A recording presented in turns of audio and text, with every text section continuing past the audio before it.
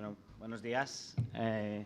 Muchas gracias por venir a esta primera mesa de la mañana de la segunda jornada de Estación Podcast. Ayer tuvimos la apertura y la inauguración.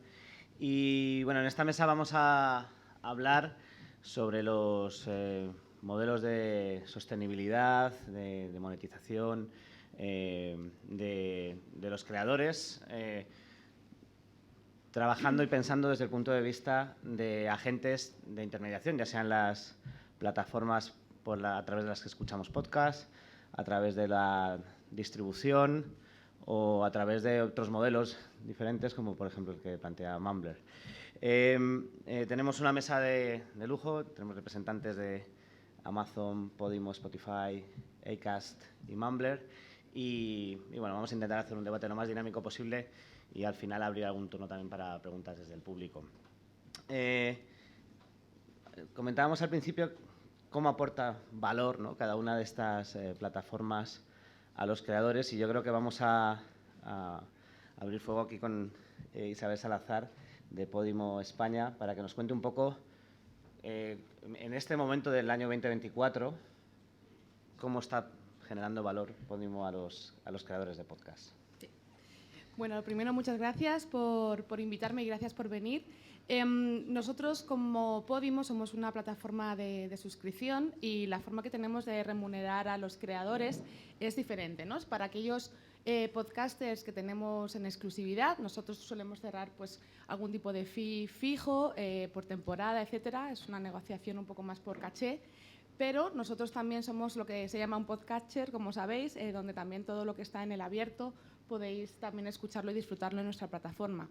A estos creadores que nosotros no tenemos en exclusiva, les remuneramos de una forma distinta, y justo este año hemos cambiado este modelo de remuneración y remuneramos en función del CPM, el número según las escuchas que tenga en nuestra plataforma, y también se pueden dar de alta en un programa de afiliación.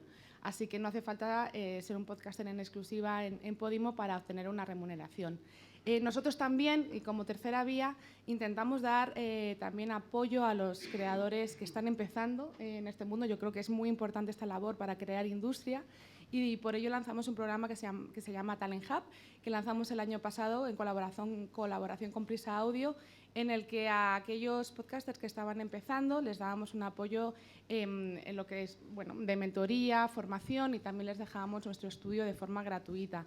Es otra opción más para un programa que queremos repetir, de hecho, este año, y abrir las candidaturas para la nueva edición en septiembre, y del que hablaremos el viernes, de hecho, en Estación Podcast. Y es otra forma también de apoyar a aquellos que están empezando en esta industria. En este programa de mentorización, ¿se establece alguna relación con los podcasters, es decir, de contrato a posteriori? ¿Es el hecho de que sea una especie de mini startup o de incubadora luego hace que sean parte de Podimo también? ¿De qué manera? Sí, es una buena pregunta, porque la idea es esa, ¿no? Precisamente darles tiempo para que ellos creen su show y lo hagan crecer en el abierto, generen audiencia y notoriedad, y sí, con aquellos que pues los que crezcan más, los más interesantes, los que tengan unos mejores resultados, sí que cerramos con ellos, y es su voluntad tenerlos luego en exclusiva en nuestra plataforma y remunerarlos acorde a ello. Camila Scher es Senior Podcast Manager de Amazon Music en España, y Amazon tiene una particularidad, es fundamentalmente una plataforma de música, dentro generalmente de un bundle que es el Prime. Esto tiene particularidades para los podcasters, que la mayoría yo creo que llegan por RSS. Cuéntanos un poco cómo se establece esa relación, aunque también tenéis producciones, y bueno, cuéntanos un poco. Sí, bueno, básicamente Amazon Music es una plataforma, un servicio de distribución de música y podcast con varios tiers, es decir, con varias opciones de suscripción. Hay una parte gratuita, hay beneficios para usuarios Prime, obviamente acceder a un catálogo mucho mayor de música y podcast sin publicidad, y después tenemos nuestra versión Unlimited, que sería como la versión más premium. En cuanto a la generación de valor para los podcasters, estar en Amazon Music es completamente gratuito, porque al ser una plataforma de distribución simplemente hay que subir el podcast y se distribuye de manera global. Entonces, un poco nuestra concepción de aportar valor tal vez no es desde un punto de vista de monetización, sino más de aportar visibilidad y distribución a esos podcasters y ayudarlos a crecer en audiencia dentro del ecosistema Amazon, que, como dijiste, no es solamente Amazon Music, sino entender cuáles son las patas dentro de, digamos, nuestra marca, como también puede ser relacionamiento con Alexa o relacionamiento con la parte de retail o la parte de merchandising, en los cuales los podamos integrar para que ese valor se pueda transformar posteriormente en una monetización. Así que bueno, eso es un poco el sistema. Megan Davis es la directora de negocio internacional de Acast. Acast es, vamos a decir, una distribuidora de podcast global y tiene sobre todo una forma de trabajar, ¿no?, que es trabajar con la publicidad. Creo que esto es una de las claves que más a veces cuesta entender a los creadores y a los productores de cómo monetizar, ¿no?, a partir de publicidad en las diferentes plataformas. ¿Vosotros qué rol jugáis en este espacio y cómo trabajáis en ese caso con los diferentes productores? Sí, pues para explicar lo que hacemos en Acast, dijimos que nosotros nos focalizamos en todas las partes invisibles a los usuarios, pero las cosas muy interesantes y muy importantes para la industria funcione. Pues lo que es importante para nosotros es los ingresos publicitarios para generar un ingreso importante y sostenible para los podcasters. Entonces, hemos trabajado muy intensamente sobre todo en los últimos años, para tener una tecnología que es líder de la industria, para que tenemos una plataforma que es al lado muy fácil para los podcasters, para activar los anuncios, para monetizar con la publicidad, pero al mismo tiempo hacemos un montón de educación con las agencias, con los anunciantes, con las marcas, para que es algo atractiva para los anunciantes que compran en el podcasting. Y el objetivo para nosotros es que se vuelva en algo fácil, algo sostenible y que tenemos una parte cada vez más grande del presupuesto de los la parte de marketing de los anunciantes en podcasting. Pero porque es verdad que la atención en podcasting es mucho más elevado que en los otros medios, entonces tenemos un pequeño parte de estos presupuestos en marketing, pero de verdad el podcasting debería tener mucho más. Entonces lo que hacemos es trabajar con nuestros podcasters para crecer su audiencia, porque lo que es importante para nosotros es que hay una audiencia importante para monetizar. Si no tiene audiencia, es difícil monetizar su podcast con el publicitario. Es por eso que creemos en el ecosistema abierto, que todos los podcasts están disponibles en todas las plataformas para maximizar la audiencia que tienes para monetizar. Cuando hablamos en este caso, yo creo que esto es uno de los debates habituales dentro de la industria del podcast, es hablar si esta audiencia es importante en volumen o en la información que manejamos de ella. Es decir, a veces un nicho pequeño puede ser monetizable. ¿Cómo ves esta relación entre el gran volumen de audiencia y la parte más monetizable en cuanto a un nicho? Pues sí, en Acast trabajamos con los podcasts de todos los tamaños. Entonces tenemos los podcasts de nicho, hasta Cristina Mitre en España o mismo los Obama en los Estados Unidos. Entonces, todos estos tipos de podcasts con los tamaños diferentes tienen necesidades diferentes.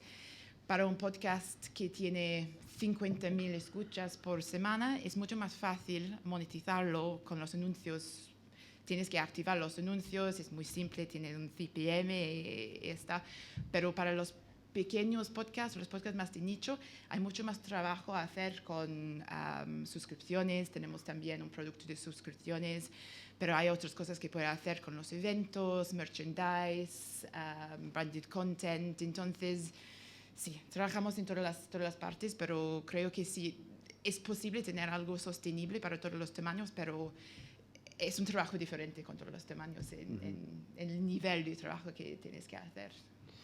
Edu Alonso es el directivo de Spotify en el sur y este de Europa, donde es Head of Podcast. Evidentemente todos sabemos aquí que Spotify ha cambiado formas de relacionarse con el universo podcast en este último año. ¿Cómo ha cambiado esta relación? ¿Cómo es vuestro rol ahora mismo en ese aporte de valor a los creadores?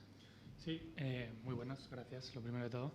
Bueno, como sabéis, yo creo que todos conoceréis Spotify, pero Spotify es una plataforma de audio principalmente que llevamos 15 años operando en España y nuestro modelo de negocio es un modelo freemium, es decir, que combinamos la parte de suscripción con la parte de acceso gratuita con publicidad al contenido. Sin embargo, la experiencia en podcast, tanto para el usuario premium como para el usuario free, es muy parecida, es casi igual. Entonces, lo cierto, y como bien decía Nacho, es que nuestro aporte a la cadena de valor quizás se ha desplazado un poco en el último año. No sorprende a nadie si os digo que hemos bajado la inversión en producción de contenido original. No es que hayamos dado un paso atrás, simplemente hemos aprendido de lo que hemos ido haciendo. Era un momento cuando lanzamos podcast en 2018 donde la inversión por nuestra parte era necesaria, no solo en España, sino en el mundo, y donde de alguna forma nos ayudó a empujar el formato. Es una plataforma que tiene actualmente 615 millones de usuarios únicos al mes, de los cuales 100 millones escuchan podcast. O sea, realmente toda esa inversión que hicimos nos ha ayudado no solo en contenido, sino también en la adquisición de diferentes tecnologías, plataformas, a empujar el formato a donde lo queríamos tener. Pero sí que es verdad que nuestro rol dentro de la industria se ha desplazado. Y ya no invertimos tanto en contenido original, no quiere decir que no vayamos a invertir nada, pero sí que se limita mucho la inversión en contenido original y exclusivo, pero sí que nos centramos somos conscientes de lo que somos una plataforma, que nuestro gran fuerte es la distribución, estamos presentes en más de 180 mercados y, como comentaba Camila, donde podemos aportar valor es en acercar ese contenido a muchísima gente, ¿no? Tenemos más de 6 millones de podcasts actualmente alojados en la plataforma y 1 millón de ellos o más de 1 millón de ellos son en español. O sea, tenemos un gran poder, que es el lenguaje que hablamos todos, que permite que el contenido viaje muy bien, ya no solo en el territorio iberoamericano, sino en todo el mundo, ¿no? Entonces, ahora estamos más centrados en esa parte de la distribución, conociendo cuál es nuestra fortaleza, que es la de llegar a mucha gente, aportar valor a través de las herramientas, la inversión en la tecnología, aportar herramientas a los creadores para que conecten mejor con su audiencia, y podremos entrar en más detalles. Y de hecho hay un taller el viernes para quienes tengan más interés en conocer cómo Spotify puede aportar valor con sus herramientas. Podéis ir allí a las 5:30 en Círculo de Bellas Artes, ¿verdad? Y sobre todo, y para ayudar a los creadores en la parte de la monetización, ¿no? Entonces, lo que hemos decidido versus el anterior modelo es que lo que necesitamos hacer ahora es entender esta industria como una industria multiplataforma, donde el creador está en el centro y su core es el podcast que ha creado y que lo puede distribuir en distintos sitios y que esté empoderado para decidir cómo quiere monetizarlo. Nosotros les aportamos la distribución y el reach, y gracias a ese reach pueden decidir si quieren ponerlo en un modelo de suscripción, si quieren insertar publicidad dinámica, que les podemos ayudar a través de diferentes herramientas, si quieren hacer branded content, si quieren hacer product placement, si quieren hacer... O sea, al final es dar las herramientas y el modelo para que el creador sea dueño de su propio proyecto y decida cómo sacarlo adelante, ¿no?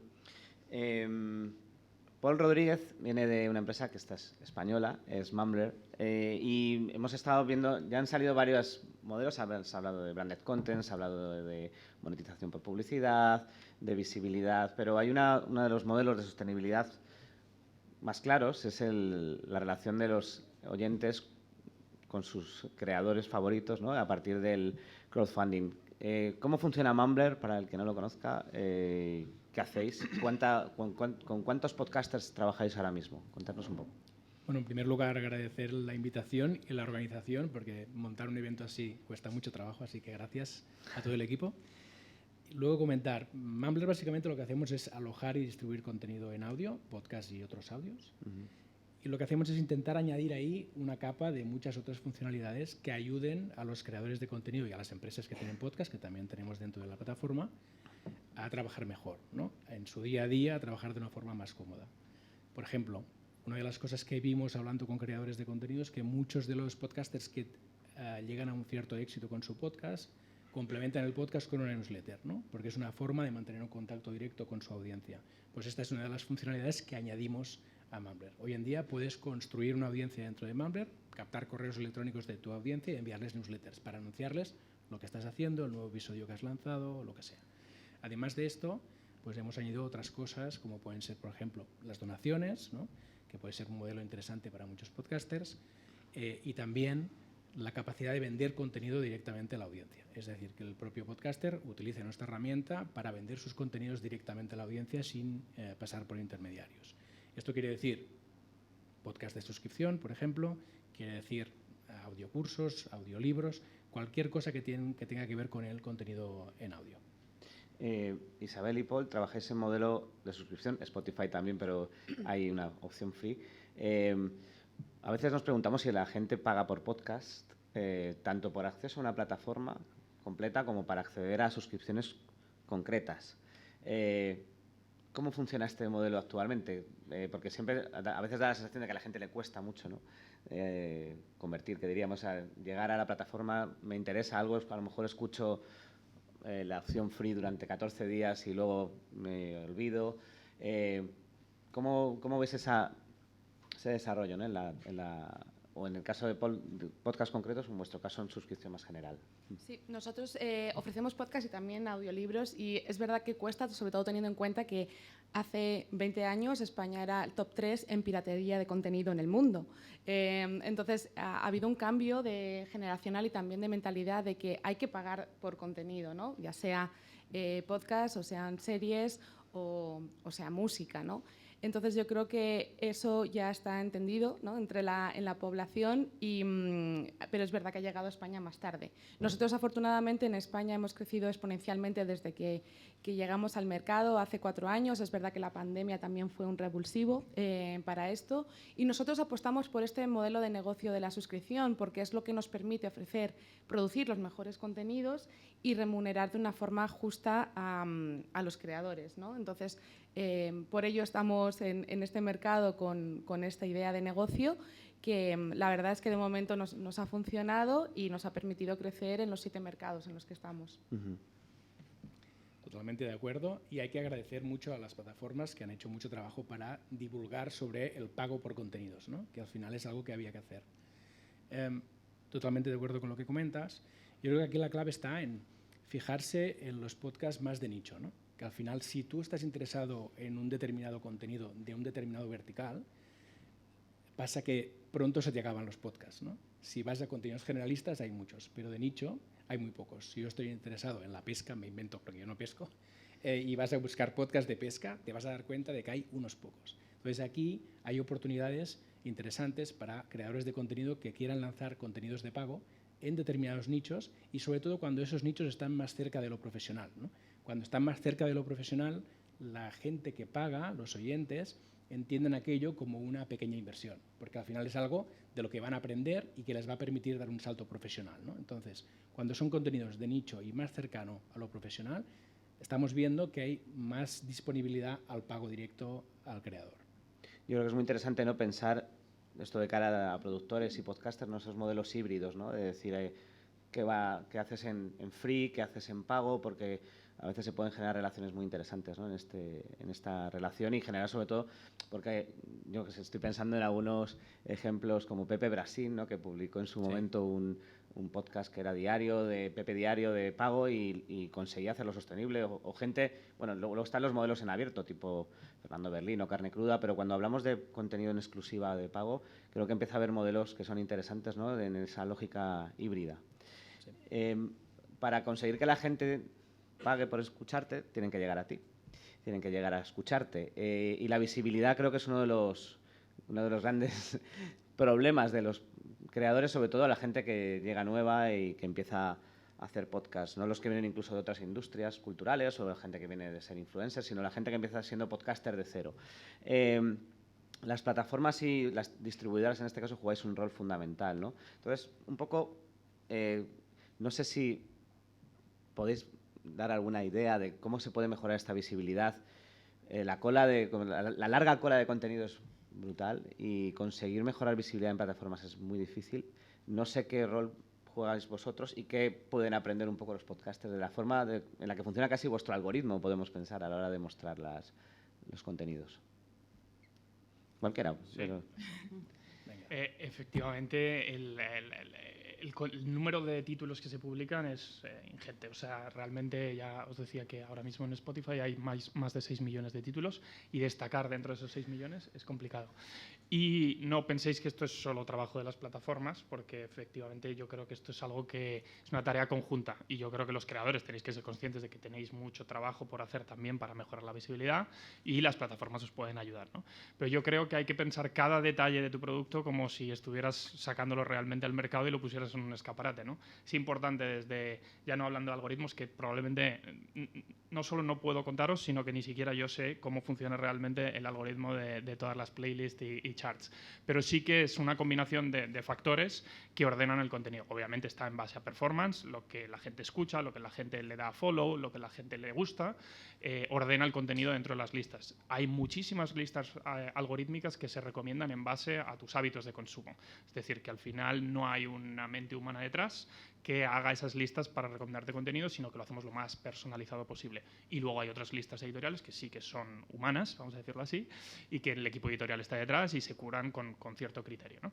De cara a lanzar tu proyecto o tu producto, es importante desde la carátula que le pones a tu podcast, a la sinopsis que eliges para tu podcast, a utilizar esas audiencias, y hablabas antes de que vienes de otras industrias, todas esas audiencias ya generadas fuera del formato, tienes que saber atraerlas, ¿no? O sea, yo creo que al final es importante que concibáis esto como un canal más de distribución y obviamente empiezas de cero, pero si tienes la suerte de haber generado audiencias a través de una newsletter, a través de redes sociales, a través de lo que sea, es importante que sepas capitalizar toda esa masa que has generado fuera de la plataforma y la traigas, ¿no? Obviamente nosotros, aparte, tenemos dentro de nuestro equipo diferentes programas para empujar a creadores. Radar es un buen ejemplo, que es nuestro programa, tanto en música como en podcast, es nuestro programa para apoyar a creadores emergentes, donde nuestro equipo identifica aquellos podcasts que consideramos que son prometedores y les damos cierto apoyo para no solo darles mentoría, pero también empuje editorial, gasolina editorial para garantizar que tienen más visibilidad porque confiamos en el proyecto. Es una pena que no tengamos más espacio y más tiempo y más recursos para dar mucho más apoyo a todo el mundo, pero la realidad es que confiamos mucho en la parte algorítmica porque eso nos ayuda a optimizar todos estos procesos y tenemos una parte más humana, vamos a decir así, que se encarga de promocionar estos contenidos. Pero como decía, hay mucha parte del trabajo que también está en vuestro lado y tenéis que mimar mucho. Una vez más, os insto a que si tenéis tiempo y podéis, vayáis el viernes al taller que van a impartir Laura y Jesús, porque todo esto que os estoy contando en un minuto será una sesión de 1 hora para hablar de ello. Sí, bueno, yo estoy súper de acuerdo con lo que dice Edu. Creo que tenemos maneras de trabajar bastante similares. Puntualizar realmente en lo que dijo en cuanto a la responsabilidad del creador en entregarnos un buen material. Es tan importante la metadata, o sea, no sé cómo puntualizarlo realmente. A veces nos pasa que hay podcasts que son de True Crime que están categorizados en comedia y eso en realidad viene de cómo se configuró previamente ese podcast dentro del hosting provider. Entonces, nosotros mucho ahí no podemos hacer. Pero creo que hay un gran trabajo de visibilización en las plataformas que a nosotros desde Amazon Music le damos mucha importancia al valor humano, es decir, a quienes curan y a quienes crean esos contenidos, porque es verdad que la personalización nos va a entregar cada vez más contenidos que sean más afines a nosotros y eso como usuario o como audiencia es increíble, pero como podcaster a veces puede ser un poco limitante. Entonces, la verdad es que la creación o la curación editorial y el esfuerzo que nosotros le dedicamos a eso nos parece súper relevante. Y un aspecto a destacar también, que es un aspecto que exploramos mucho, es cómo visibilizar podcast a través de otras regiones. Es decir, con la lengua española nosotros tenemos un diferencial con respecto a otros idiomas de poder escalar a otros mercados. Entonces, un rol muy importante es ayudar a esos podcasters a crecer en Latinoamérica, a crecer en el mercado hispano de Estados Unidos y a que no sea solamente una audiencia que se radique solamente en España. Y un último punto, siempre creo que cuando pensamos en visibilización de podcast, lo pensamos desde un punto de vista visual, es decir, desde una plataforma donde uno elige los contenidos, donde uno scrollea, pero también hay un trabajo muy interesante en cómo trabajar con dispositivos de audio. Entonces, cómo se visibiliza un contenido a través de un smart speaker, por ejemplo, como Alexa. Bueno, estamos intentando trabajar para que esa visibilización sea cada vez más relevante, entonces cuando uno le pregunta a Alexa que me recomiende un podcast, ella pueda tener como una cantidad de variables para poder elegir cuál es el podcast más apropiado e intentar ir variándolos para que esa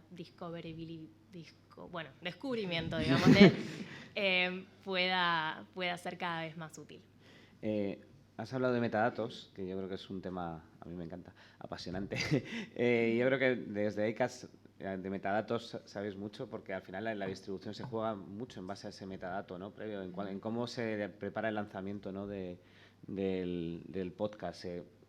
¿Cuán es de importante este metadato para moverse entre las diferentes plataformas y que el podcast funcione? Pues sí, para nosotros estoy de acuerdo. Toda la discoverability está en la curación, y lo que hacemos mucho es una promoción cruzada con los otros podcasts. Entonces puede ser con los podcasts en otras plataformas o en Acast, pero lo que es importante es sobre todo con la lengua española también, como dice Camila, que podemos pasar las barreras de los países. Lo que hacemos mucho es una promoción cruzada entre los podcasters. Entonces, por ejemplo, tenemos Cristina Mitre de España que hace un episodio de Se Regalan Dudas en México, y vemos que la promoción en este tipo puede funcionar para crecer su audiencia en los otros países hispanohablantes también. Y algo que vamos a lanzar en España, creo que esta semana, es un poco como un playlist que tenéis en Spotify y en Amazon, pero para nosotros, porque somos Open Ecosystem abierto, tenemos un feed agregado, entonces es como un playlist, pero funciona en todas las plataformas. Esto creo es importante, pero como un playlist quiere decir que puede hacer una simple búsqueda para salud y tienes este feed agregado con 5 o 6 podcasts diferentes en este género. Y vemos en los otros países que este funciona muy bien para el descubrimiento de... Tengo dificultad con esta palabra cada vez. Discoverability de los podcasts. Sí, porque por eso puede ser Cristina Mitre, pero vas a descubrir en el mismo feed a Rihanna Fernández, Ani Igartibero, y todos estos podcasts con lo mismo género, con algo en común. Sí, este es muy importante también. Las redes sociales, aparte de la plataforma de escucha, si tienes las redes sociales, utilizarlos porque es una introducción a audiencia diferente, una audiencia nueva para los podcasters. Ayer hablábamos en una charla que tuvimos así por la tarde de la importancia de los perfiles, ¿no? Para que yo creo que en la industria hacen falta perfiles que construyan audiencias, ¿no? O sea, hay muchos creadores, muchísimos creadores, y falta mucha gente, yo creo, pensando más en la parte de la venta, en qué hacemos con ese podcast, ¿no? Citando a mi colega Izaskun, que no sé si ha venido, que en una charla contaba, el 33% es el contenido, pero el 33% es cómo distribuyo mi podcast, y el 33% es cómo consigo el dinero para que esto funcione. Y muchas veces ponemos todos los esfuerzos, ¿no? Yo creo en la creación y nos olvidamos del otro. Yo creo que aquí se dan muchas estrategias donde hace falta gente que piense en esta lógica. Habéis hablado de la circulación en América Latina y en España y en Estados Unidos, de los podcasts en español a nivel global. Yo creo que todos trabajáis con audiencias globales. Si quieres, Isabel, cuéntanos un poco cómo funciona ese viaje, ¿no? De los podcasts en español dentro de Podimo, cómo lo visualizáis desde Podimo España, incluso a la hora de seleccionar el contenido, de si pensáis, y más sobre todo el contenido más exclusivo, que esos podcasts tengan una vida en otros mercados, ¿no? ¿Cómo lo pensáis en vuestra plataforma y en otras de las plataformas con las que estamos aquí? Sí. Bueno, nosotros también tenemos presencia en Latinoamérica y con oficina en México.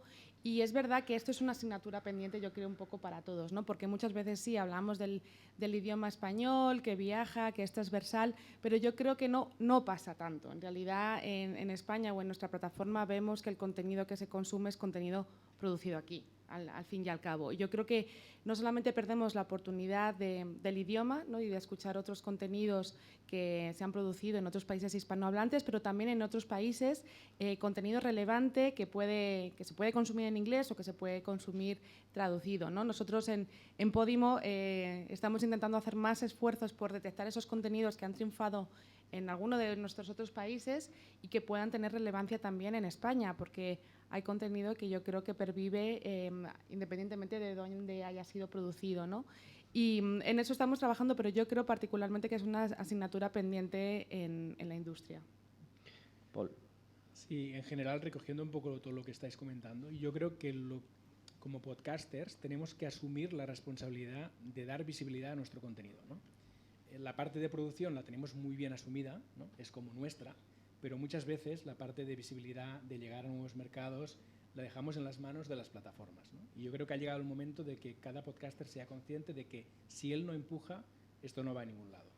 Y eso pasa por cosas como las que habéis comentado, ¿no? Portadas, metadatos, audiotranscripciones, transcripciones que ahora se muestran en algunas plataformas y que nos pueden ayudar a posicionar determinadas palabras clave también de nuestro contenido. Es decir, ser conscientes de que no basta con producir, que hay que salir a la calle a vender nuestro producto y entender que como creadores de contenido, como podcasters, necesitamos hacer un poco de marketing, ¿no? Porque si no, no vamos a llegar a nuevos mercados, no vamos a llegar a nuevos públicos y no alcanzaremos nuevas audiencias. Y esto pasa también por aprovechar aquellos canales que ahora nos están dando alcance, que son canales que van cambiando. Quizá hoy en día podemos aprovechar YouTube, ¿no? Podemos aprovechar Reels, podemos aprovechar TikTok y dentro de un mes o dos o medio año será otro canal. Pero tenemos que estar atentos, con la mente abierta, los ojos atentos, ¿no? Para intentar aprovechar estas oportunidades que nos da la herramienta que sea y asumir esta responsabilidad. Dar a conocer nuestro producto es nuestra responsabilidad. Las plataformas pueden ayudar, pero el primero es el podcaster. En visibilidad, comentaba Edu, vuestro programa Radar, ¿no? De Impulso, que es muy interesante porque en algunos momentos hemos visto podcasts españoles crecer, yo no sé si a través del programa Radar, de repente, en mercados latinoamericanos, como crecer muy de golpe y luego de repente como bajar, pero seguramente dejando una huella. ¿Cuál es vuestra valoración? Porque es un programa que habéis lanzado sobre todo este año en podcast, estaba ya en música, del funcionamiento de este programa, sobre todo para en ese viaje, ¿no? transatlántico. Sí, lo empezamos el año pasado, o sea, esta es la segunda edición que hacemos y cada año hemos elegido cinco podcasters tratando de también representar multitud de géneros y creadores de diferentes perfiles. Al final queremos también visibilizar diferentes podcasters y perfiles, ¿no? Un buen ejemplo es Terrores Nocturnos. Terrores Nocturnos fue parte del programa el año pasado. Seguramente estuvieron aquí el año pasado, creo que este año sí vuelven a estar.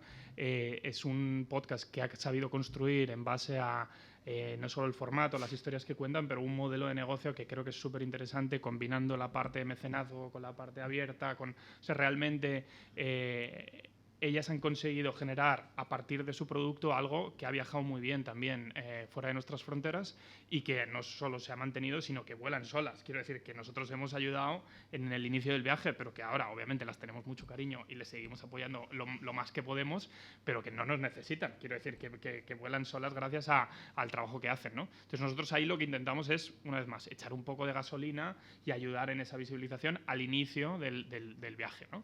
Entonces, ahora mismo el histórico que tenemos es de 10 podcasters, 5 que han finalizado el programa y 5 que todavía están en él, ¿no? Entonces, este no es el único programa que tenemos. Luego tenemos programas de género me refiero no de género, sino de géneros de podcast, donde empujamos, dependiendo del género, también con diferentes herramientas editoriales para ver cómo van funcionando. O sea, que de alguna forma, dentro de la casa, concebimos que nuestra tarea es también la de visibilizar estos contenidos y obviamente en Latinoamérica juega un papel importante. Pero luego, y estoy totalmente de acuerdo, el público responde y en base a lo que el público responde, pues hay un viaje u otro y hay contenidos que viajan mucho mejor y hay otros que son hiperlocales, como decía Isabel, que no viajan nada, ¿no? Un buen ejemplo tenemos desde el lado iberoamericano todo lo que ha hecho Julio Rojas, ¿no? Desde Caso 63, pero todo lo que ha producido después ya es un perfil iberoamericano, en el sentido que la performance suya es casi global. Y en la otra dirección tenemos el podcast de Marian Rojas Estapé, un podcast que es producido desde España con un perfil como el de Marian, que es psiquiatra española, pero que tiene casi más oyentes en México que en España. Entonces, al final, el público responde también a las iniciativas. Y nosotros podemos hacer mucho de nuestra parte, pero también depende del perfil, depende de cómo hayas construido esas audiencias fuera, al final depende de muchas cosas, ¿no? Y hablaba Megan de las playlists, ¿no? De la relación con otros podcasts, pero por ejemplo en vuestro caso trabajáis con música, en vuestro caso también con audiolibros. ¿Cómo se puede utilizar esa relación con otros objetos que manejáis, ¿no? Dentro de vuestras plataformas? ¿Hasta qué punto los podcasters sacan provecho de esto? ¿O tenéis pensadas incluso estrategias en esa línea?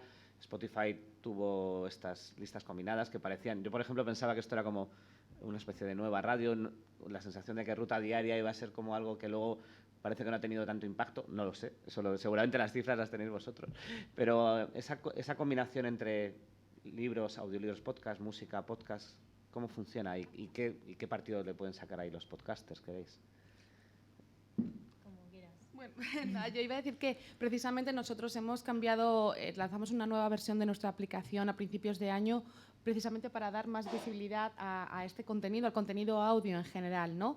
Hemos utilizado y seguimos utilizando, nos apoyamos en la inteligencia artificial para dar mayor visibilidad y poderte proponer los mejores contenidos, ya sean audiolibros o podcast, según tus intereses, según lo que hayas escuchado. Es un poco por parte de la visibilización del contenido. Luego, también hablando dentro de lo que es la monetización, y lo hablábamos antes entre bambalinas, que es verdad que es difícil vivir solamente del podcast, pero el podcast puede ser ese IP que luego viaja a otros contenidos, ¿no? Y que luego se convierte en un libro o audiolibro o viceversa. Y eso sí que lo estamos viendo, porque yo creo que el podcast es uno de los contenidos que son como más fluidos, ¿no? Y que viajan ya pueda ser una serie, una película o un directo, ¿no? Estamos viendo ahora mismo que hay una explosión de los directos del podcast. Nosotros hemos hecho como 14 directos en menos de 2 años. Tenemos uno de los shows que está de gira por España directamente, La Vida y Tal, y que crean un fandom o llegan a unas audiencias que a lo mejor están incluso más allá de la plataforma, y que es una forma también de fidelizar a esas audiencias y de seguir monetizando tu contenido de otra forma, ¿no? En el caso de Amazon Music, estamos muy atentos para ver cómo podemos cruzar esa data de manera promocional. Es decir, si hay podcasters que de repente entrevistan en su podcast a un artista musical, nosotros podemos utilizar esa fanbase de ese artista para poder marketear, digamos, o generar estrategias directamente apuntando a esa audiencia. Lo mismo pasa con Prime Video y con sus series. Es decir, dentro del ecosistema de Amazon creo que eso es una de las posibilidades de que cuando uno tiene un podcast que cree que es relevante para audiencias musicales o audiencias de entretenimiento, o tiene algún tipo de acercamiento con esos talentos, nosotros podemos hacer ese cross. Y la verdad es que es muy interesante porque te genera, digamos, tal vez el impacto en reach, un alcance, sea menor, pero la convertibilidad para escuchar ese contenido o el interés que le puede generar a esas audiencias es muchísimo mayor. Lo hemos hecho con un montón de podcasts, o sea, por ejemplo, Geopolis de RTV, sacó hace poco la geopolítica de Taylor Swift, y justo Taylor Swift había sacado un álbum y pudimos hacer todo ese cross, y la verdad es que los datos fueron bastante llamativos. Entonces siempre estamos buscando esa forma de poder hacerlo desde un punto de vista de marketing, y obviamente hay toda una parte tecnológica que pasa en el backend, que es como dijo Edu, o sea, es imposible que nosotros podamos entender cómo sucede, pero eso también sucede, ¿no? Yo quería preguntarle a Megan y a Paul sobre, porque tenéis una visión como más transversal de relación también con las plataformas que luego a las que llegan los podcasters, si detectáis como tipos de podcast o audiencias específicas. Antes has comentado lo de los podcasts profesionales, ¿no? Ese es un ejemplo, pero que ayudan más a la sostenibilidad. A veces pensamos, ¿dónde está el nicho? El nicho puede ser un nicho que entre comillas, convierta más, o un nicho que realmente sea alguien que escucha, pero pasa de largo. No sé si tenéis detectados un poco formatos, géneros. Pues sí, aquí en España vemos que el género muy popular es de salud, bienestar, este tipo de cosas es muy atractivo también para los anunciantes. Algo que hacemos ahora es un poco como, sí, se trata de este tipo de audiencia cruzada, pero para construir un producto para la publicidad. Entonces lo que hacemos ahora es algo que se llama audiencias predictivas. Es algo que trabajamos con Comscore no para hacer un targeting a una categoría específica, porque sabemos todos que el true crime es muy popular con los oyentes, pero es algo que es muy difícil de vender. Entonces hacemos algo tipo de algoritmo para entender la audiencia cruzada, para mirar la audiencia que compra, para mejor vender este tipo de género que es muy atractivo al oyente, pero no tan atractivo para los anunciantes. Entonces esto es algo que es importante no solo en la parte de visibilidad, pero también en la parte de publicidad para nosotros. Y pues sí, hay algunos géneros que vemos que viajan mejor que los otros, true crime también, por ejemplo, que funciona como terrores nocturnos en Latinoamérica, en España, pero también lifestyle, si no es tan específica al país. Entonces, Se Regalan Dudas ha hecho un live aquí en Estación Podcast el año pasado en Madrid con una sala completa. Entonces, sí, hay algunos géneros como este, pero un gran trabajo para nosotros es combinar este tipo de géneros para mejor vender una audiencia al anunciante, mejor que, sí, una categoría específica. Para mí, la oportunidad está en el contenido B2B, voy a llamarlo de este modo. Es decir, contenido que tú generas como profesional y que se dirige a otros profesionales, ¿vale? Porque aquí es lo que decía antes, hay pequeños nichos no cubiertos por nadie, la audiencia está ávida de contenido y además se entiende que cuando accedes a ese contenido es para mejorar profesionalmente, para enterarte de cómo está tu sector, de cómo evoluciona tu nicho, etc. Entonces, es una zona que nadie está cubriendo hoy en día y donde los creadores de contenido pueden encontrar un hueco, no solo para monetizar con publicidad, que en algunos casos tiene sentido, sino para añadir toda una capa de monetización extra, ¿no? Es decir, entender el podcast como un proyecto, como una marca, más que el puro contenido podcast, ¿no? Y si lo entiendes así, lo que puedes hacer es complementar el podcast con muchas otras cosas. Puedes vender publicidad en el podcast, en la newsletter, puedes acceder a donaciones, por ejemplo, puedes vender productos que se dirigen al mismo público en formato audio, un audiolibro, que antes comentabas, un audiocurso. Entonces, ahí hay una oportunidad de, como creadores, poder abrir el abanico de posibilidades y la oferta que ofrecemos a nuestra audiencia. De este modo, con audiencias más pequeñas pero muy cualificadas, podemos llegar a monetizar de forma satisfactoria para nuestro proyecto.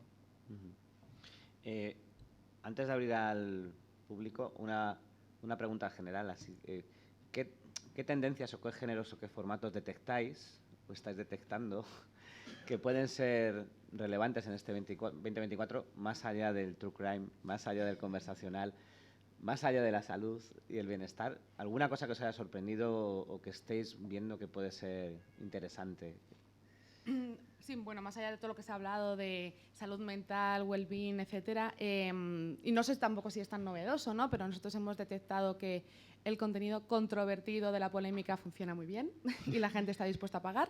Y luego también otro tipo de contenido que funciona muy bien es el tema de curiosidades, ¿no? El informarte rápidamente de un tema en el que tampoco profundizas, pero nosotros siempre decimos que te sirve para ser el más listo de la cena, ¿no?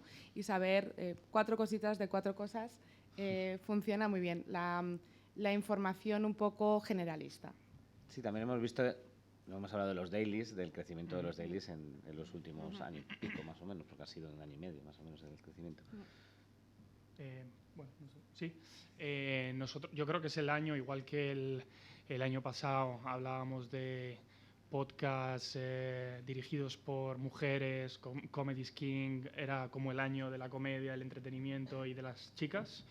Creo que este año hay 2 tendencias claras. Una es el video podcast, que no es un formato en sí mismo, pero sí que es una forma de disfrutar del podcast, que el lunes, mirando el top chart de Spotify, 7 de los 10 primeros podcasts distribuían vídeo, lo cual te hace ver que realmente es una tendencia que nosotros identificamos y que tímidamente empezamos a testar, pero que el público ha respondido muy bien. Y al final vemos que hace poco se publicaba un estudio en América, en Estados Unidos, donde en un rango de 2 años, de 2021 a 2023, la preferencia por contenido en solo vídeo o vídeo más audio había incrementado en 20 puntos porcentuales, ¿no? Estaba casi en un 60%. O sea que cuando se habla de la distribución de podcast, hoy en día el vídeo es una pata muy, muy, muy, muy importante, ¿no? Y además nosotros siempre hemos concebido el vídeo como algo, lo que nosotros llamamos internamente backgroundable, o sea, que es accesorio, que es algo que tienes que tener de fondo, o sea, que puedes tener de fondo, pero el contenido sigue funcionando. Pero sinceramente lo que nosotros pensemos da igual, porque lo que importa es para qué lo utilizan los creadores y cómo la gente escucha. Y lo que vemos realmente es que hay hábitos de consumo en todos los sentidos. Hay gente que efectivamente decide ponerlo en el background y escucharlo, pero hay cantidad de gente, y sobre todo en los videopodcasts hay algunos de ellos que es más de la mitad de sus oyentes, que traen la experiencia al frente, o sea, que utilizan Spotify como una plataforma de visualización de podcast, ¿no? Entonces, esto claramente este año ha sido el boom y nosotros estamos doblando esfuerzos en esta línea. O sea, claramente vendrán cambios tanto en las herramientas de creadores como en la plataforma, seguro, para optimizar esta experiencia foregroundable en vez de backgroundable, ¿no? Y lo otro es otra tendencia, que es, igual que hablaba de las chicas el año pasado, este año hablo de los chicos, y es todo este contenido de emprendimiento, motivación, desarrollo personal. Se han colado en el top 20 4 o 5 títulos que van en esa línea. Entonces, es cierto que no había ese contenido hace un año y de repente han salido muchos proyectos que viven en multiplataforma, como decía, ¿no? En YouTube, en TikTok, en Instagram, en Spotify, y vemos que tienen mucha atracción, ¿no? Y no hablo solo de un Yados o de este tipo de motivación personal o crecimiento personal, pero sí podcast de emprendimiento donde hablan de business y hablan de otro tipo de temas que hasta ahora no habíamos visto en los top charts, ¿no? Son dos sorpresas, pero sigue siendo entretenimiento y comedia el género ganador, ¿no? Sí, ¿puedo hablar Megan, un poquito? sí, también puede. Sí, hablamos un poquito de los formatos. Sí, podemos hablar también de los formatos que desean los anunciantes y las marcas también. Ajá. Y lo que vemos como tendencia en Acast es que las marcas cada vez más quieren algo que es más profundo que un patrocinio clásico. Entonces, sí tenemos los anuncios, las cuñas con inserción dinámica en el podcast. Queda sostenible, pero cada vez más los anunciantes quieren hacer un partnership con un podcaster. Entonces, hacemos en este momento un montón de eventos en live con los podcasters. Tenemos los anunciantes que quieren ser en las redes sociales de los podcasters al mismo tiempo que el patrocinio. Entonces, esta es una tendencia del lado de los anunciantes y las marcas también. Interesante. Abrimos a la sala. No sé si tenemos un micro inalámbrico. Sí. Es que está aquí, por favor. Es que como se está grabando, un segundito.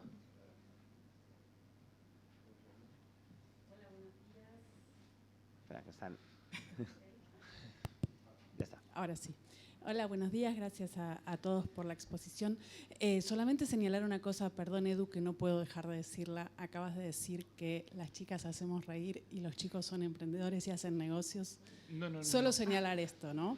Me parece importante dejarlo sentado aquí, en este público. Ha sido un poco... Perdón, pero si se me ha interpretado, eso no es lo que he dicho. Lo que he dicho es que el año pasado fue el año de las chicas hacían reír, este año los chicos, es el año de los chicos, el emprendimiento y los negocios. Si no fue, perdón por haberlo dicho, y si fue, ojo con este tipo de aceleraciones. Creo que no he dicho eso, pero lo que sí se me ha malinterpretado, lo que digo es un reflejo de los top charts. No estoy yo haciendo ningún tipo de argumento en favor de nada. No, lo digo porque lo señalaste en torno a los chicos. Los chicos, este es el año de los chicos, el emprendimiento y los negocios. Las chicas también emprendemos. Pero no en cuanto a la audiencia. Digo que los podcasts de emprendimiento que se han colado en el top 20 están dirigidos por varones. Y el año pasado no fue el año de las chicas en comedia, fue el año de las chicas en general. Y había shows de política, shows de comedia, shows de entretenimiento. Este año la novedad es que hay shows de chicos que hablan de emprendimiento. Pero no hablo de chicas que hablen de emprendimiento porque no hay ningún show de chicas en el top 20 que hable de emprendimiento. Habrá que hacerlo entonces, gracias y disculpas. Desde luego, sí. Aquí delante. Está un micrófono, lo tengo aquí. Hola, muchas gracias. Ha sido muy interesante la charla. Tengo una serie de preguntas muy cortitas, todas ellas para cada uno de vosotros. La primera, en Podimo, me ha parecido muy interesante esto del modelo de pagar por escucha. Me parece que tiene sentido hacerlo. Lo que sí me apetecía preguntar era, en ocasiones no es el propio podcaster el que introduce el feed en Podimo, sino que es la propia plataforma la que toma ese feed porque es público y lo lleva a Podimo. Mi pregunta es, ¿vosotros os ponéis directamente en contacto con los podcasters para informarles sobre el CPM y establecer esa relación? Sigo. En Mumbler, bueno, me parece también interesantísimo el proyecto de emprendimiento, a mí me parece genial. Sí que es verdad que he notado que en Mumbler falta una app de escucha directa. Cuando los podcasts son en la plataforma, se hacen por suscripción, efectivamente no puedes escucharlo en otras plataformas, sí que te lo puedes llevar a tu podcatcher. Efectivamente, lo que pasa es que, claro, una persona que no está acostumbrada a utilizar ese tipo de cosas, pero sí le interesa el contenido, se encuentra ahí con un problemón muy grande, porque aunque se puede escuchar en Mumbler, la experiencia de escucha es muy mala. Entonces, simplemente por ver si estáis trabajando en eso. Y termino, perdón. En Spotify hay algo que he notado que no termino de entender muy bien. Vamos, me encanta la plataforma, funciona muy bien a nivel de escucha y tal, pero aunque permitís comentarios por parte de la gente que escucha esos podcasts, sin embargo, no permitís la respuesta de los creadores. Y eso me parece que establece un distanciamiento entre quien emite los comentarios y tú, que eres el creador de un podcast y que puedes empezar a crear audiencia, algo más, que me parece curioso, ¿no? Me gustaría preguntar por qué esto es así y en caso de que vayáis a cambiarlo, pues si lo vais a cambiar, ¿no? En Acast me ha encantado lo de la audiencia esta cruzada, pero no lo he entendido bien. Entonces me gustaría que si puede hacer una anotación, porque está la cosa esta de bueno, sí, hay audiencias que se corresponden, pero ¿y después qué? ¿Los anuncios dónde van y de qué manera? Y esta cosa, ¿no? Y ya está, simplemente en Amazon.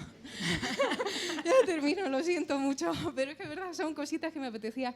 Esto de la relación de la música con el podcast, me pregunto si en algún momento han planteado la posibilidad de un musical a vosotros, de hacer un podcast que sea una ficción sonora y un musical.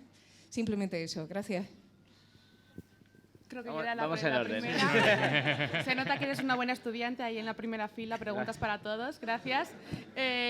Sobre la nuestra, sí, nosotros comunicamos proactivamente a principios de año el cambio de la remuneración en base a CPM y afiliación a todos los podcasts que teníamos identificados como no exclusivos. Si no lo has recibido o lo que seas, siempre puedes, dentro de Podimo Studio, reclamar la propiedad de tu show, de tu podcast, y reclamar si te corresponden estos pagos de CPM y dar de alta si quieres también el programa de afiliación. Así que nosotros intentamos hacerlo proactivamente, pero si no ha sido así, también puedes reclamarlo reactivamente. Y ahora el segundo, creo, ¿verdad? Pues esta pregunta que has hecho es muy común y al final es el eterno debate entre lanzar una nueva aplicación, un nuevo reproductor o aprovechar los buenos reproductores que tenemos en el mercado, ¿no? Al final, la gente empieza a estar un poco cansada de descargarse nuevas aplicaciones en sus móviles y esto implica pedirles un acto de fe más, ¿no? Que es instálate mi aplicación y escúchame allí. Nosotros preferimos alojar y distribuir el contenido en el formato feed y que se aprovechen las grandes plataformas que hay para reproducir, que funcionan de maravilla. Y aprovecho la ocasión para decir que muchas aceptan ya feeds premium. Por ejemplo, estamos negociando con Spotify ahora para que nos abran la API, aprovecho ya, lo dijo aquí, para que nuestros contenidos alojados en Mumbler se pueden también escuchar en Spotify, ¿no? Y este es un poco el espíritu, que el feed se utilice en todas partes. Eso es. Eso, por ejemplo, con Patreon nos pasa, ya lo tenemos integrado de tal forma que lo puedes hacer con contenido de suscripción, que tú tengas tu programa de mecenazgo con Patreon, puedes utilizar las plataformas y la idea es que lo que llamamos Open Access nos permita que todas las plataformas y compañías que trabajen en este modelo puedan utilizar nuestro reproductor, que es la idea, ¿no?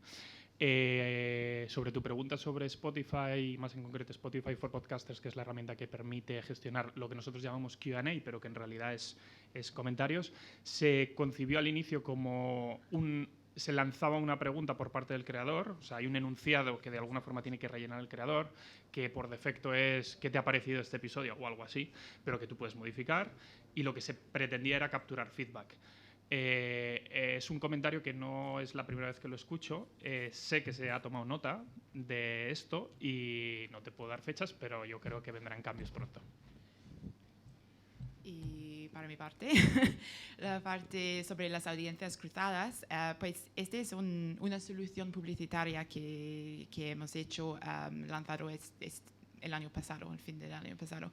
Es la respuesta a un problema en el mercado, porque el problema es que las marcas dicen cada vez quiero estar en los top 10 podcasts.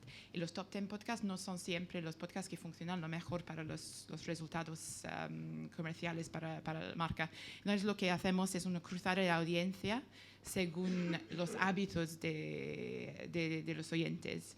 Es construir una audiencia para comprar las cuñas publicitarias, pero con un targeting sobre la audiencia, el oyente, más que la categoría de podcast. Entonces puede tener su anuncio en true crime, en comedia, en lifestyle, pero lo que decimos es que la audiencia está la audiencia que quieres tocar. Entonces, sí, puede ser, no sé, mujeres con niños o business leaders o algo, y vamos a hacer una calculación sobre la audiencia cruzada para pasar su mensaje a esta audiencia más que a una categoría específica. Bueno, a ver, el género musical es un género en sí mismo, entonces creo que de por sí no es lo mismo que una persona escuche Bad Gyal o Peso Pluma a que escuche un musical. Me parece que tiene que haber un oído entrenado para eso. Pero, sin embargo, lo que sí te puedo decir es que Crímenes, el musical producido por El Extraordinario, la verdad es que tiene una performance muy buena, pero porque también no solo mezcla la música, sino que mezcla un género también bastante demandado por la audiencia, que es el true crime. Entonces me parece que esa hibridación de géneros puede llegar a funcionar. Un musical como sí, habría que probar, o sea, sería una cuestión bastante experimental. Vamos con una pregunta yo. Vale.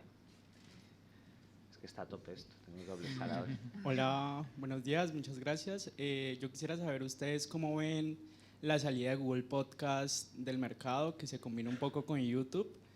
Y si YouTube, siendo una plataforma para consumir música, para consumir videos musicales, sigue siendo un monstruo y pues los podcasts vamos a tener que también estar ahí, o cómo puede ser, o sea, cómo puede funcionar ser podcaster y YouTube hoy en día.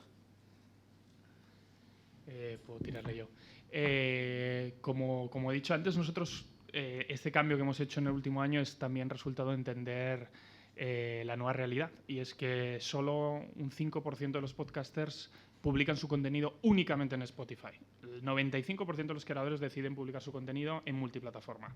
Multiplataforma refiriéndome no solo a las plataformas de audio y vídeo, sino también a TikTok, a Instagram, a Facebook, ¿no? O sea, al final el creador decide dónde publica su contenido. Y entendiendo esta realidad, nosotros entendemos que nuestro mejor rol es el de complementar la oferta, ¿no?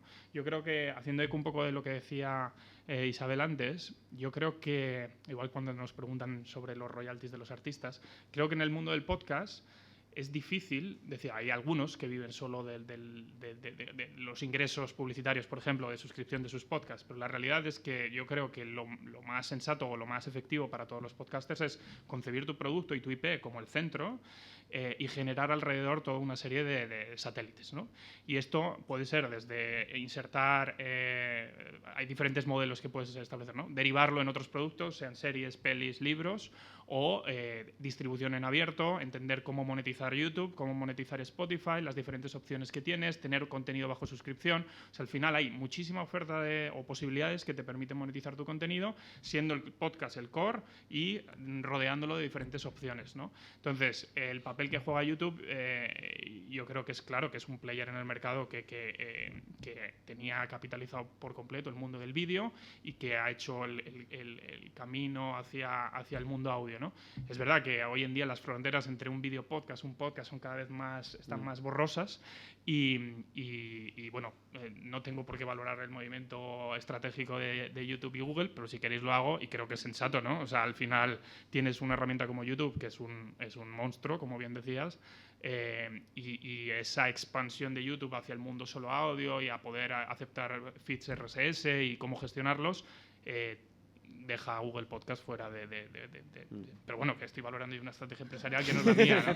Pero sí, creo que obviamente es un player importante y entendemos también la distribución, como digo, como algo que puede convivir. O sea, que de alguna forma es expansión de audiencias y no canibalización. Esto es lo que nos gustaría reforzar. Sí, para nuestra parte también queremos que nuestro podcast tiene todas las fuentes posibles de ingresos, entonces sí, tener un canal YouTube es importante también. Y como hemos comentado, para las marcas es importante también para hacer las extensiones, para tener algo más profundo. Entonces puede ser interesante tener los dos al mismo tiempo. Sí, yo creo que es muy interesante también pensar en los desarrollos en vídeo, podcast o transmediales, ¿no? A partir del audio, porque a veces en conversacional es como muy evidente, pero hay muchísimos formatos y géneros que es más complejo y a lo mejor también hay que darle vuelta, ¿no? A nivel creativo. Yo creo que una de las conclusiones que sacamos es una cosa que mencionaba antes. Nosotros en la universidad siempre los estudiantes, y cuando uno estudiaba y luego los que uno tiene ahora, la gente quiere ser creadora, mucha gente quiere ser creadora, pero sigo diciendo que hace falta muchísimos perfiles de gestión de pensar qué hacer con las audiencias, cómo va a programar. Al final, programar en la era digital es muy parecido a la época anterior, es buscar a las audiencias ahí donde están. Y yo creo que esto es una lección de esta mesa de cara a este próximo año que empieza, el año Estación Podcast para el año 25. Han salido muchos temas que van a ser tratados a lo largo de todo Estación Podcast. Yo creo que está muy bien como para poner el terreno de juego, porque pues vamos a tener talleres con YouTube, con Acast, con Podimo, con Spotify, vamos a tener mesas de branded content hoy mismo, vamos a tener mesas de transmedia, de qué hacer con la propiedad intelectual, vamos a tener mesas de cómo viajan los audios en español. Este año sabéis que las mesas de profesionales son también por la tarde profesionales y creadores y gente interesada en el universo audio, también por la tarde en Círculo de Bellas Artes, en una sala que vamos a dedicar a esto. Así que podéis pasar todo el día sin parar de aprender en Estación Podcast. Muchísimas gracias a todas y a todos por la mesa, creo que ha sido excelente. Y en 20 minutos, 25 minutos tenemos aquí un taller con YouTube y luego después una mesa sobre branded content. Muchas gracias.